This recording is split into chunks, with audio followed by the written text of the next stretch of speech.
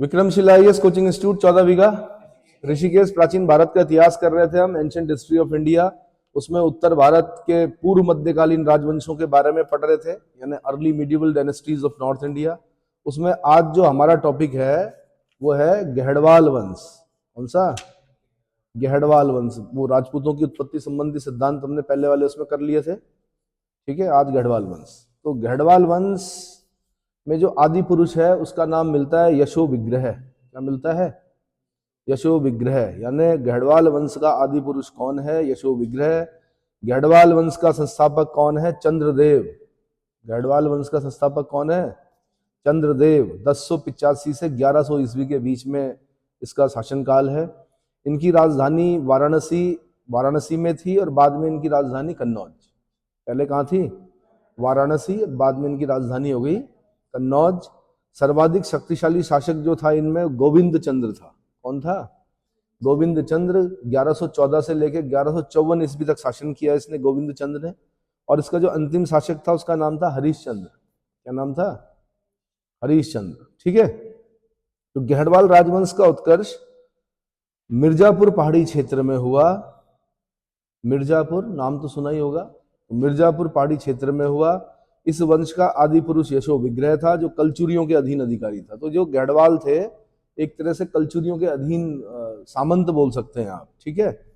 इस वंश का संस्थापक चंद्रदेव था, जिसकी राजधानी वाराणसी थी। प्रतिहारों के पतन के पश्चात इसने राष्ट्रकूटों के चंगुल से कन्नौज को स्वतंत्र किया और राष्ट्रकूट वंशी सामंत गोपाल को पराजित करके कन्नौज पर अधिकार कर लिया। राष्ट्रकूट वंश का एक सामंत था जिसका नाम था गोपाल, उसको पराजित करके कन्नौज पर अधिकार कर लिया। इस वंश के इतिहास को जानने के लिए जो स्रोत हैं वो अभिलेख हैं और दानपत्र हैं। मतलब दो स्रोतों से इनके बारे में पता चलता है, अभिलेखों से और दानपत्र से। अभिलेख कौन से हैं? तो चंद्रदेव का वाराणसी दानपत्र अभिलेख, गोविंद चंद्र का वाराणसी और लार अभिलेख, गोविंद चंद्र की पत्नी कुमार देवी का सारनाथ लेख। इसके अलावा चंद्रबरदाई की पृथ्वीराज रासों में भी थोड़ा बहुत पता चलता है। लक्ष्मीधर की जो कृत्य कल्प तरु है उससे पता चलता है। और मुस्लिम लेखक जो हैं फरिश्ता और हसन निजामी, ये भी कुछ महत्वपूर्ण जानकारियां देते हैं। कौन कौन? फरिश्ता और हसन निजामी। हसन निजामी ने किताब लिखी है ताजुल मासिर। क्या लिखी है? ताजुल मासिर हसन निजामी। ताजुल मासिर हसन निजामी। और कृत्य कल्प तरु जो लिखी है वो किसने लिखी है? लक्ष्मीधर ने लिखी है। किसने? लक्ष्मीधर ने लिखी है। पृथ्वीराज रासो आपको पता ही है, चंद्रबरदाई, है ना, ठीक है। प्रतिहारों के अवसान काल में कलचुरियों ने गंगा यमुना दोआ पर अधिकार कर लिया। चंद्रदेव ने कलचुरी शासक यशकर्ण के समय दोआ पर अधिकार कर लिया। उसका काशी, कौशल, कन्नौज, इंद्रप्रस्थ पर अधिकार था। सहेत महेत लेख में उसे गाधी पुराधिप यानी कन्नौज का राजा कहा गया है। गाधी पुराधिप यानी कन्नौज का राजा कहा गया है। इंद्रप्रस्थ दिल्ली, इंद्रप्रस्थ कहाँ है? दिल्ली में। तो इंद्रप्रस्थ दिल्ली में तोमर वंशी राजाओं का शासन था जो चंद्रदेव की अधीनता स्वीकार करते थे। ध्यान रखना, दिल्ली को जो बसाया वो अनंगपाल तोमर ने बसाया था। किसने बसाया था? अनंगपाल तोमर ने, ठीक है। चंद्रदेव का उत्तराधिकारी मदन पाल एक निर्बल शासक सिद्ध हुआ। उसे तुर्क आक्रमणकारियों ने कन्नौज पर आक्रमण कर बंदी बना लिया। तुर्क आक्रमणकारियों ने कन्नौज पर आक्रमण करके बंदी बना लिया, परंतु उसके पुत्र गोविंद चंद्र के पिता को तुर्कों से मुक्त कराया। उसके पुत्र गोविंद चंद्र ने पिता को तुर्कों से मुक्त कराया। अब जो अगला शासक बनता है गोविंद चंद्र बनता है। 1114 से लेकर 1154। मैंने बता दिया था कि सर्वाधिक शक्तिशाली शासक यही है गहड़वाल वंश का। कौन? गोविंद चंद्र। गहड़वाल वंश का सर्वाधिक शक्तिशाली शासक। उसने कन्नौज के प्राचीन गौरव को पुनः स्थापित किया। उसकी पत्नी कुमार देवी के सारनाथ लेख में उसके विषय में कहा गया है कि तुर्कों से वाराणसी की रक्षा करने के लिए वह हरि का अवतार था। क्या था? अरे भैया, काशी विश्वनाथ जी का मंदिर है, उस पर भी आक्रमण किया तुर्कों ने, मुस्लिमों ने, ये पता है। जो वास्तविक मंदिर था उस पर आक्रमण किया। उसको बचाने के लिए पता नहीं कितने लोगों ने अपनी जान दी है। इन राजाओं ने उन मंदिरों को क्या किया? रक्षा की है। वाराणसी की, वाराणसी के बीच में वाराणसी। पटना के समीप मनेर से जो लेख प्राप्त हुआ है, इस क्षेत्र पर गोविंद चंद के अधिकार की पुष्टि करता है। पटना की विजय उसने पाल शासक रामपाल से की थी। रामपाल से छीना था क्या पटना। इसी मनेर लेख में तुरुष्क दंड नामक कर का भी उल्लेख है। तुरुष्क दंड नामक कर का विलेख कहां पर मिलता है? मनेर लेख में मिलता है। ये क्वेश्चन बन चुका है, यूपी वाले बनाते हैं ऐसा, ठीक है। उत्तराखंड अभी इस प्रकार के प्रश्नों से क्या है, दूर है, यहां तक नहीं पहुंचा अभी उत्तराखंड का लेवल। तुरुष्क दंड नामक कर का उल्लेख कहां पर हुआ है? तो मनेर लेख में हुआ है, और ये मनेर लेख को हम गहड़वाल वंश के अंतर्गत पढ़ते हैं। गोविंद चंद ने कलचुरी शासकों द्वारा धारण की जाने वाली उपाधियां जैसे अश्वपति, नरपति, गजपति, राज त्रयाधिपति को धारण किया था। गोविंद चंद ने परमार शासक यशोवर्मा को पराजित करके दशार्ण यानी पूर्वी मालवा प्रदेश पर अधिकार कर लिया था। दशार्ण मतलब पूर्वी मालवा को पहले क्या बोलते थे? दशार्ण बोलते थे, ठीक है। गोविंद चंद ने किसको पराजित किया? परमार शासक यशोवर्मा को पराजित किया। गोविंद चंद ने चंदेल, चोल, कश्मीर के शासकों के साथ मैत्री संबंध स्थापित किए। चोलों के साथ उसकी मैत्री कलचुरियों के विरुद्ध हुई थी। गंगैकोंड चोलपुरम मंदिर में एक गहड़वाल लेख प्राप्त हुआ है। कल्हण कश्मीर के साथ इसकी मित्रता का उल्लेख करता है। गंगैकोंड चोलपुरम, गंगैकोंड, अभी जब चोल वंश पढ़ रहे होंगे ना तो वहां पे हम पढ़ेंगे कि गंगैकोंड चोल की उपाधि धारण की, फिर नगर बसाया गंगैकोंड चोल। चोल शासकों ने गंगा का पानी मतलब एक तड़ाग का निर्माण कराया। वहां पर क्या किया उन्होंने? जितने भी उत्तर भारत के राजा थे उनको पराजित किया। उनके कंधे पे वो मटके रखे गए गंगा जल के, तब उन्होंने उस तड़ाग को भरा। इसको जैसे स्विमिंग पूल होता है वैसे तालाब होती है, बावड़ी होती है, वो भरवाया। और फिर नगर का नाम क्या रखा? गंगैकोंड चोलपुरम। वहां पर एक अभिलेख मिला जिससे पता चलता है कि गहड़वालों की इनके साथ क्या थी भाई? मैत्री संबंध थे। इतना समझ में आ गया। कल्हण भी कल्हण अपनी राज तरंगिणी में लिखता है कि कश्मीर के साथ गोविंद चंद का मित्रवत संबंध था। क्या था? गोविंद चंद स्वयं विद्वान था। उसकी उपाधि जो थी वो विविध विद्या विचार वाचस्पति थी। अब ये मेरे ख्याल से मुझे ऐसा लग रहा है उत्तराखंड में पूछा गया या कहीं यूपी में पूछा गया ये क्वेश्चन। विविध विद्या विचार वाचस्पति किस गहड़वाल शासक की उपाधि थी? आंसर गोविंद चंद की थी। किसकी? अब गोविंद चंद के दरबार में एक बड़ा प्रकांड विद्वान रहता था, प्रकांड पंडित शास्त्रों का, जिसका नाम था लक्ष्मीधर। और लक्ष्मीधर ने राजनीति पर एक ग्रंथ की रचना की, पॉलिटिकल साइंस पर, कृत्यकल्पतरु। क्वेश्चन पूछेगा आपसे कृत्यकल्पतरु की विषय वस्तु क्या है? आंसर राजनीति, पॉलिटिक्स। Answer politics. कृत्यकल्पतरु किसने लिखी? लक्ष्मीधर ने लिखी। किसने लिखी? लक्ष्मीधर किसके राज दरबार को सुशोभित करता था? आंसर गोविंद चंद के दरबार को सुशोभित करता था। जो आपकी ये कृत्यकल्पतरु है इसमें कितने अध्याय हैं? 14 अध्याय हैं। कितने? प्रत्येक को कल्पतरु कहा गया है। क्या कहा गया है? इसका राजधर्म कल्पतरु तथा व्यवहार कल्पतरु क्रमशः राजनीति एवं विधि से संबंधित है। व्यवहार कल्पतरु राजनीति एवं विधि से संबंधित है। लक्ष्मीधर को मंत्र महिमा का आश्चर्य कहा गया है, जिसकी सहायता एवं परामर्श से ही गोविंद चंद को सफलता प्राप्त हुई थी। मंत्र महिमा का आश्चर्य किसे कहा जाता है? आंसर शास्त्रों के प्रकांड पंडित लक्ष्मीधर को, जो कि गोविंद चंद्र की दरबार को सुशोभित कर रहा है। इतना समझ में आ गया? ठीक है। उसके एक अभिलेख से पता चलता है कि उसने सूर्य, शिव, वासुदेव आदि देवताओं की पूजा की थी तथा उत्कल के बौद्ध भिक्षु शाक्य रक्षित तथा चोल देश के उनके शिष्य वागेश्वर रक्षित को सम्मान करने के लिए उनके द्वारा संचालित जेतवन विहार को 6 गांव दान में दिए थे। जेतवन विहार को 6 गांव दान में दिए थे। इन दो बौद्ध भिक्षुओं के नाम याद कर लेना, कौन कौन? शाक्य रक्षित और दूसरा है वागेश्वर रक्षित। दूसरा कौन है? वागेश्वर रक्षित। ठीक है। और जेतवन विहार तो ये आप महात्मा बुद्ध के समय से पढ़ते आ रहे हैं, वो जेतवन विहार चल रहा है अभी भी। ठीक है। गोविंद चंद की रानी कुमार देवी बौद्ध मतानुयायी थी। उसने सारनाथ में धर्मचक्र जिन विहार का निर्माण करवाया था। तो सारनाथ जो कि कहाँ पड़ता है? नियर वाराणसी, उत्तर प्रदेश में पड़ता है।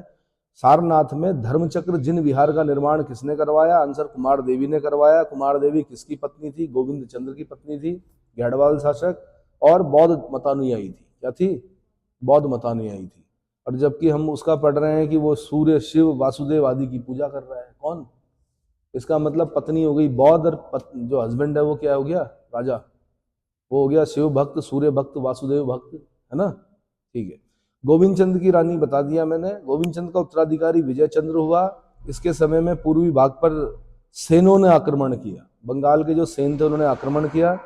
इसी समय दिल्ली गहड़वालों के हाथों से निकल गई।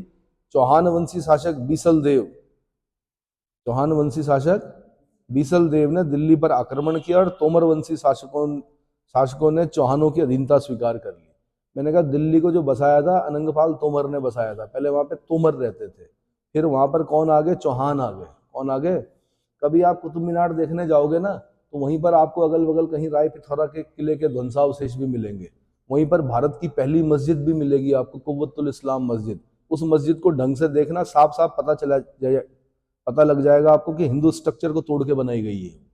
इसको मस्जिदों के अंदर कुछ ऐसी चीजें मिलती हैं जो मतलब इस्लामिक शैली में नहीं है, जो कि हिंदू शैली में है। इसका मतलब उसी को तोड़कर जल्दबाजी में क्या किया गया? भारत की पहली मस्जिद कुव्वतुल इस्लाम मस्जिद का निर्माण किया गया। इतना समझ में आ गया? ठीक है। तो अब चौहान आ गए। अब ये जो बीसल देव है, विग्रहराज बीसल देव, है ना? चलो जी। तो विजय चंद्र का उत्तराधिकारी कौन था? जयचंद था। 1170 से 1194।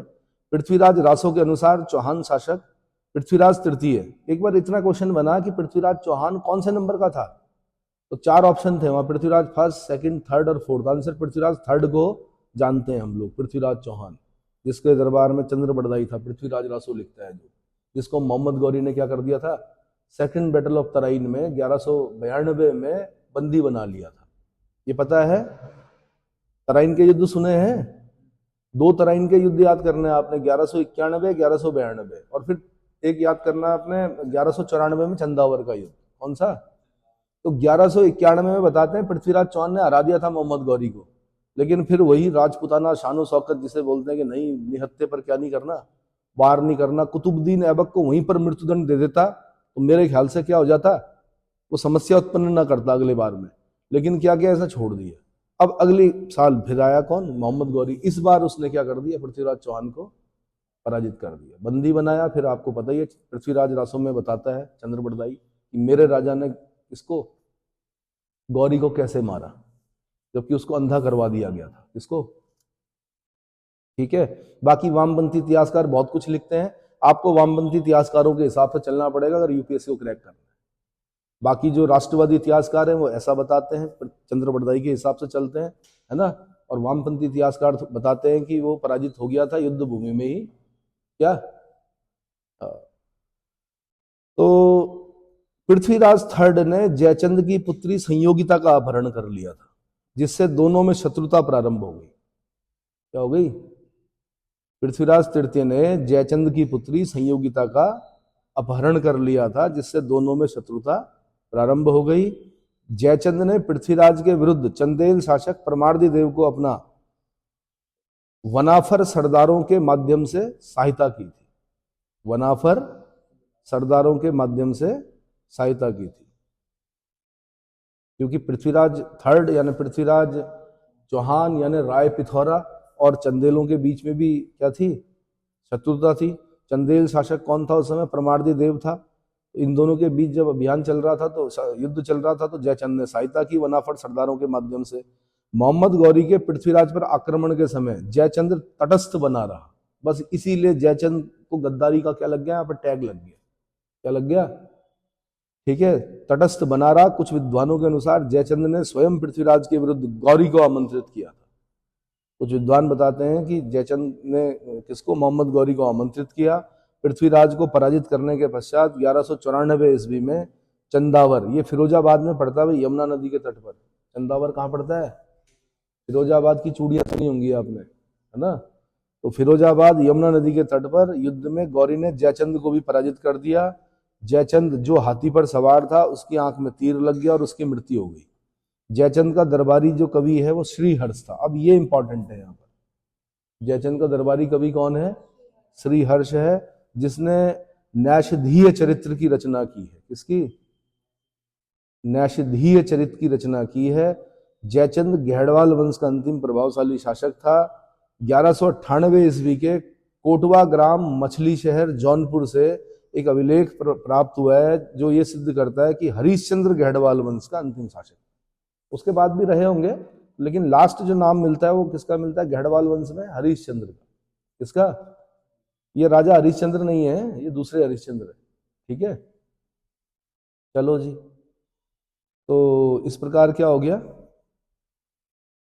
जिस जयचंद ने गौरी को आमंत्रित किया था उसी जयचंद को बाद में गौरी ने पराजित कर दिया चंदावर के युद्ध में और उसकी हत्या कर दी। अब आते हैं शाकंभरी के चाहमान। कौन आते हैं? शाकंभरी के चामहान या चौहान वंश। ठीक है, चामहान ऑफ शाकंभरी। इनका जो आदि पुरुष है वो चाहमान है। कौन है? इस वंश का संस्थापक यानी शाकंभरी के चौहान वंश का संस्थापक जो है वासुदेव है। ये क्वेश्चन बना हुआ शायद उत्तराखंड कि शाकंभरी के चौहान वंश का संस्थापक कौन था? आंसर वासुदेव था, 7वीं शताब्दी में।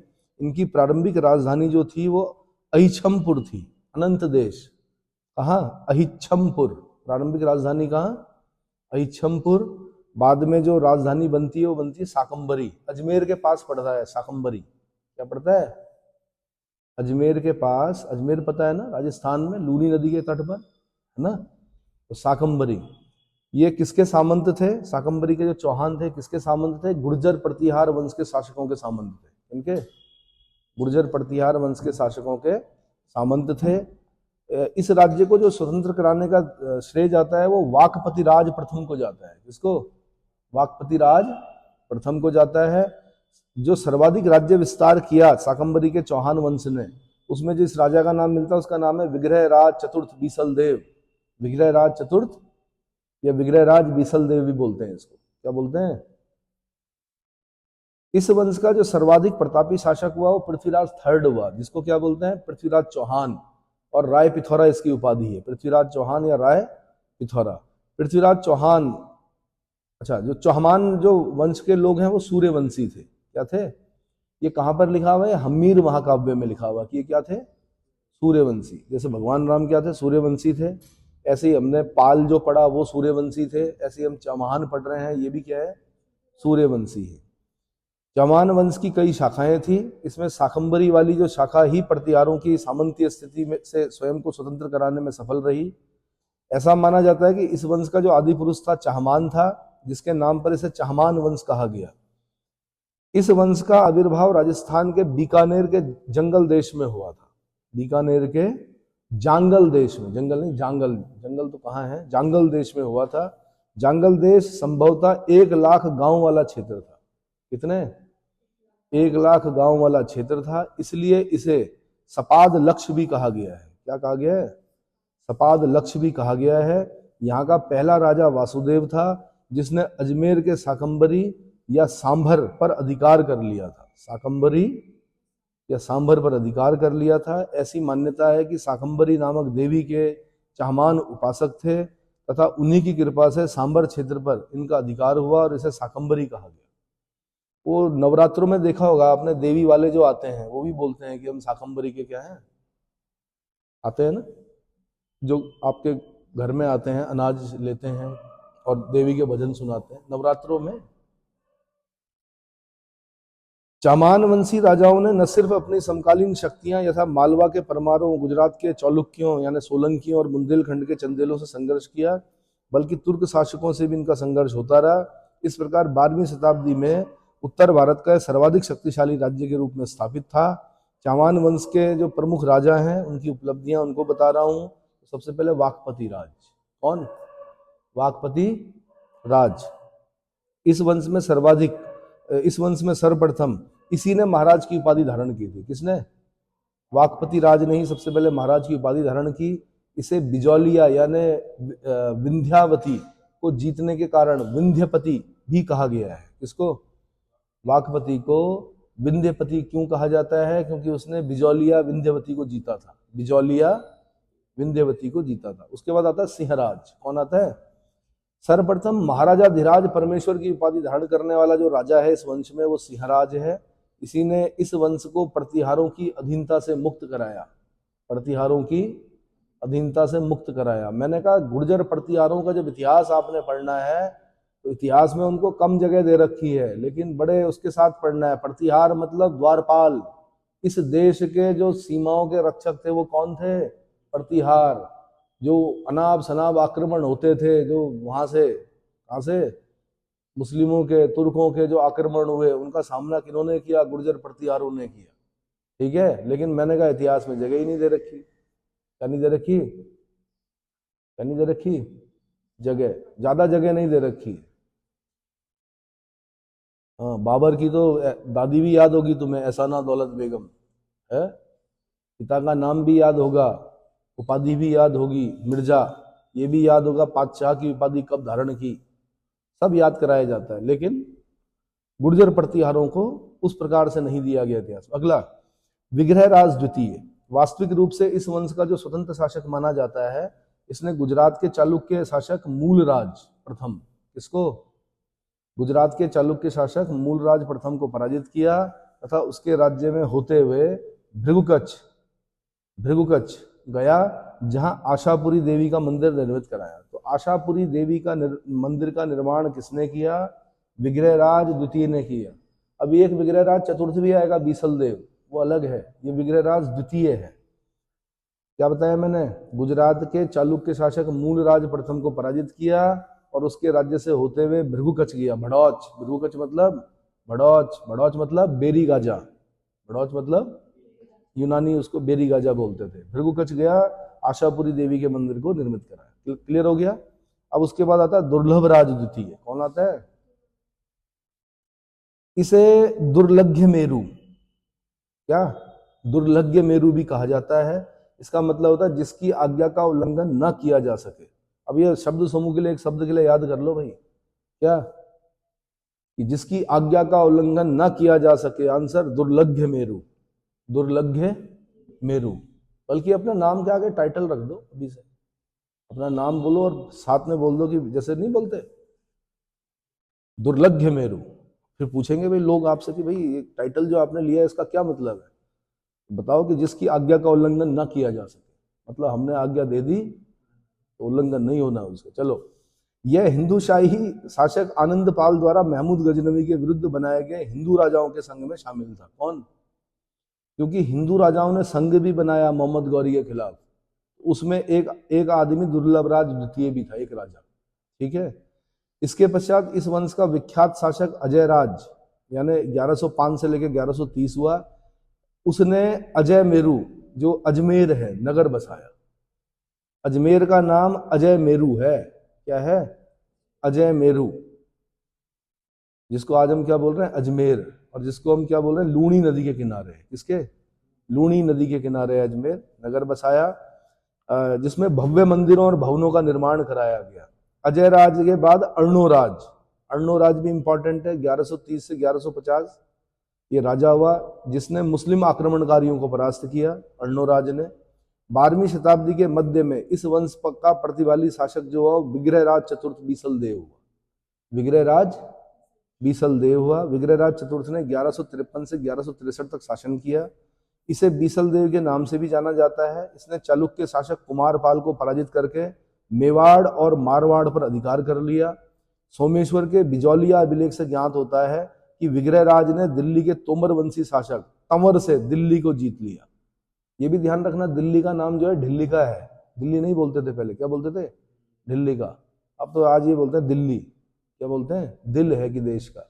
चलो, तो दिल्ली को जीत लिया, यह उसकी एक प्रमुख उपलब्धि थी। इसके अलावा विग्रहराज चतुर्थ ने लाहौर के तुर्क शासक खुसरो शाह के आक्रमण को भी विफल कर दिया। लाहौर के तुर्क शासक खुसरो शाह के आक्रमण को भी विफल कर दिया। विग्रहराज न सिर्फ एक पराक्रमी शासक था बल्कि विद्वान शासक भी था। जैनक भट्ट ने उसे कवि बांधव की संज्ञा दी है। जैनक भट्ट ने उसको कवि बांधव की संज्ञा दी है। इसी प्रकार सोमदेव उसे विद्वानों में सर्वप्रथम कहता है। विग्रहराज ने हरिकेली नामक नाटक की रचना की। कौन सी? अब ये आईएएस का क्वेश्चन है। अब आप पूछेंगे क्यों आया? क्योंकि जब आप अजमेर जाएंगे ना तो दो चीजों को प्रसिद्ध कर रखा है वहां पर। एक तो प्रसिद्ध कर रखा किसको, गरीब नवाज ख्वाजा मोइनुद्दीन चिश्ती की दरगाह, किसकी, और दूसरा अढ़ाई दिन का झोपड़ा। मतलब लोग जब अजमेर जाते हैं तो वो ये दो चीजों को देखने जाते हैं। अब अढ़ाई दिन का झोपड़ा जो है उसकी दीवारों पर हरिकेली नाटक के उदाहरण मिलते हैं। यूपीएससी ने पूछा कि अढ़ाई दिन का झोपड़ा, 2.5 दिन में बना था शायद वो, इसलिए बोलते हैं उसको अढ़ाई दिन का झोपड़ा। मस्जिद है वो, कि अढ़ाई दिन के झोपड़े के अंदर जो हरिकेली नाटक के उदाहरण मिलते हैं वो किसने लिखे, मतलब नाटक किसने लिखा? तो आंसर विग्रहराज चतुर्थ, विग्रहराज बीसल देव ने लिखा था वो। और ये जो हरिकेली नामक नाटक था ये भारवी के किरातार्जुनियम के अनुकरण पर इसकी रचना की गई थी। कौन भारवी, कौन भारवी? किरातार्जुनियम का लेखक। अब ऐसे ही बोलोगे आप, लेकिन किसके समय? भारवी को कहाँ पढ़ते हैं हम? पल्लवों में पढ़ते हैं। जब हम दक्षिण भारत पढ़ रहे होते हैं तो मैंने आपको बताया था कि दक्षिण भारत यानी तमिलनाडु वाला जब इतिहास पढ़ेंगे तो पल्लव पढ़ेंगे। वहां पे हम क्या पढ़ेंगे? वही पल्लव जिनके रथ मंदिर हैं। रथ मंदिर सुना है? हाँ, वही पल्लव जिनके समय में दो विद्वानों को बताया था मैंने आपको। एक तो भारवी जिसने किरातार्जुनियम लिखी, और एक दूसरा था कौन? दंडिन, जिसने क्या लिखी? 10 कुमार चरित लिखी। क्या लिखी? दंडिन 10 कुमार चरित। ये पल्लवों के समय में पढ़ते हैं। किसके समय में? पल्लवों के समय। इतना समझ में आ गया? ठीक है। तो ये क्वेश्चन इस प्रकार से पूछा गया। तो इस नाटक की कुछ पंक्तियां अजमेर के अढ़ाई दिन के झोपड़े पर अंकित है। विग्रहराज चतुर्थ के दरबार में सोमदेव रहता था जिसने ललित विग्रहराज की रचना की। विग्रहराज चतुर्थ के दरबार में कौन? सोमदेव रहता था जिसने ललित विग्रहराज की रचना की, जिसकी पंक्तियों में अजमेर के सरस्वती मंदिर पर उत्कीर्ण किया गया था। अजमेर के सरस्वती मंदिर पर उत्कीर्ण किया गया था। इस मंदिर का निर्माण विग्रहराज चतुर्थ ने ही करवाया था। किसने? इसके बाद अपर गांगेय, पृथ्वीराज द्वितीय और सोमेश्वर राजा हुए। इस वंश का अंतिम और ख्यातिलब्ध राजा जो हुआ पृथ्वीराज थर्ड हुआ, जिसको हम पृथ्वीराज चौहान के नाम से जानते हैं। 1177 से लेकर 1192 ईस्वी राय पिथौरा नाम से प्रसिद्ध था। जब यह गद्दी पर बैठा तब यह अवयस्क था। ऐसे में इसकी माता कर्पूर देवी ने योग्य मंत्री कैम्बस की सहयोग से कुछ समय तक संरक्षिका के रूप में शासन संचालित किया था। तो पृथ्वीराज थर्ड की माँ का नाम क्या था? कर्पूर देवी। और कर्पूर देवी ने एक योग्य मंत्री कैम्बस के सहयोग से क्या किया था? संरक्षक या संरक्षिका के रूप में शासन किया था। पृथ्वीराज का की गढ़वाल शासक जयचंद से शत्रुता थी। इस शत्रुता का प्रमुख कारण दोनों द्वारा दिल्ली क्षेत्र पर अधिकार करने का प्रयत्न था। पृथ्वीराज रासों के अनुसार जयचंद की पुत्री संयोगिता पृथ्वीराज से प्रेम करती थी, परंतु उसके विवाह के लिए आयोजित स्वयंवर में जयचंद ने पृथ्वीराज को आमंत्रित नहीं किया। परिणाम स्वरूप पृथ्वीराज छद्म वेश में उपस्थित होकर संयोगिता को बलपूर्वक उठाकर ले गया। इस घटना ने दोनों के बीच संघर्ष और कटु हो गए। कुछ विद्वानों का मानना है कि इसी प्रतिशोध में जयचंद ने मोहम्मद गौरी की सहायता का आश्वासन दिया और साथ में पृथ्वीराज पर आक्रमण करने हेतु आमंत्रित किया। अब पृथ्वीराज तृतीय का चंदेल शासक परमार्दी देव के साथ भी संघर्ष हुआ। पृथ्वीराज ने 1182 ईस्वी में परमार्दी देव को पराजित कर दिया। उसकी राजधानी महोबा पर अधिकार कर लिया। चंदेलों की राजधानी कहाँ थी परमार्दी देव के समय में? महोबा। कहाँ थी? तो महोबा पर अधिकार कर लिया। इस युद्ध में आला और उदल वीर गति को प्राप्त हुए। बड़े बड़े वीर सूची में जब नाम लिए जाते हैं तो इनका नाम भी लिए जाते हैं भाई, किसके? आला और उदल वीर गति को प्राप्त हुए। यह दोनों चंदेल शासक परमार्दी देव यानी परमल के मुख्य सेना नायक थे। तो एक बार क्वेश्चन ऐसे ही बना, उत्तर प्रदेश वालों ने पूछा कि आला और उदल नामक जो वीर थे जो कि वीर गति को प्राप्त हुए युद्ध में, वो किस राजवंश से संबंध रखते थे? तो यानी वो चंदेल शासक परमार्दी देव के सेना नायक थे। किसके? चंदेल तो पता है ना, आगे चल के पढ़ेंगे आप। खजुराहो के मंदिर बनाए किसने? चंदेलों ने। किसने? खजुराहो के मंदिर किसने बनाए? चंदेलों ने। और महोबा जो है वो राजधानी थी कभी चंदेलों की। ठीक है, इस पर अधिकार कर लिया किसने? पृथ्वीराज थर्ड ने। पृथ्वीराज तृतीय का मोहम्मद गौरी के साथ 2 युद्ध हुए। एक वस्तु 1186 ईस्वी में जब गौरी का पंजाब पर अधिकार हो गया था तब दोनों की सीमाएं टकराने लगी थी। भटिंडा दुर्ग पर दोनों अपना अधिकार करना चाहते थे। गौरी को आगे बढ़ने के लिए पृथ्वीराज को पराजित करना आवश्यक था। इसी पृष्ठभूमि में दोनों के बीच संघर्ष हुआ। 1191 में तराइन का प्रथम युद्ध, जिसमें पृथ्वीराज चौहान ने गौरी को बुरी तरह से पराजित कर दिया। लेकिन 1192 तराइन के द्वितीय युद्ध में पृथ्वीराज गौरी से क्या हो गया, पराजित हो गया। क्या हो गया? पृथ्वीराज केवल योद्धा ही नहीं अपितु साहित्य और साहित्यकारों का प्रेमी भी था। चंद्रबरदाई की पृथ्वीराज रासो और जैनक रचित पृथ्वीराज विजय, अब ये ध्यान रखना भाई, जैनक भट्ट ने लिखी है पृथ्वीराज विजय, ये उत्तराखंड का क्वेश्चन है कि पृथ्वीराज विजय किसने लिखी। आंसर जैनक, सिर्फ जैनक भी बोल सकते हैं, कहीं पर जैनक भट्ट भी लिखा होता है शायद, है ना। क्योंकि पृथ्वीराज रासो सबको पता है चंद्रबरदाई ने लिखी, लेकिन पृथ्वीराज विजय कम लोगों को पता है, इसलिए पृथ्वीराज विजय से प्रश्न पूछा गया। ठीक है, पृथ्वीराज विजय किसने लिखी? जैनक ने। इसके साहित्य प्रेम के प्रत्यक्ष प्रमाण हैं। उसके दरबार में वागीश्वर, जनार्दन, विद्यापति, आशाधर, विश्वरूप और पृथ्वी भट्ट जैसे विद्वान रहते थे। पृथ्वीराज के पराजित होने के पश्चात भी चाहमानों का अधिकार कुछ समय तक अजमेर पर बना रहा। पृथ्वीराज के पुत्र गोविंद राज ने गौरी की अधीनता में शासन किया, परंतु पृथ्वीराज के भाई हरिराज ने अजमेर को मुक्त कराना चाहा, लेकिन कुतुबुद्दीन ऐबक ने उसके प्रयत्नों को विफल कर दिया, जिससे क्षुब्ध होकर हरिराज ने आत्महत्या कर ली, आत्मदाह कर लिया। अब फिर दोबारा याद करना आपने यहाँ पर, कोई प्रयागराज में जल समाधि ले रहा है, कोई गंगा में जल समाधि ले रहा है, कोई आत्मदाह कर रहा है, क्या परिस्थितियां रही होंगी सोचो आप। इतिहास में आप ऐसे मत पढ़ो कि आत्मदाह कर दिया, कायर रहा होगा, इतनी बीती होगी इन लोगों पर। ठीक है, तो हरिराज ने आत्मदाह कर लिया। अंततः 1194 ईस्वी में अजमेर पर तुर्कों का अधिकार हो। ठीक है, और फिर जब तुर्कों का अधिकार हो गया तो साथ में सूफी लोग आए। कौन आए? सूफी लोग। और फिर आपको पता है ख्वाजा मोइनुद्दीन चिश्ती, गरीब नवाज, उसकी दरगाह कहां पर है? अजमेर में।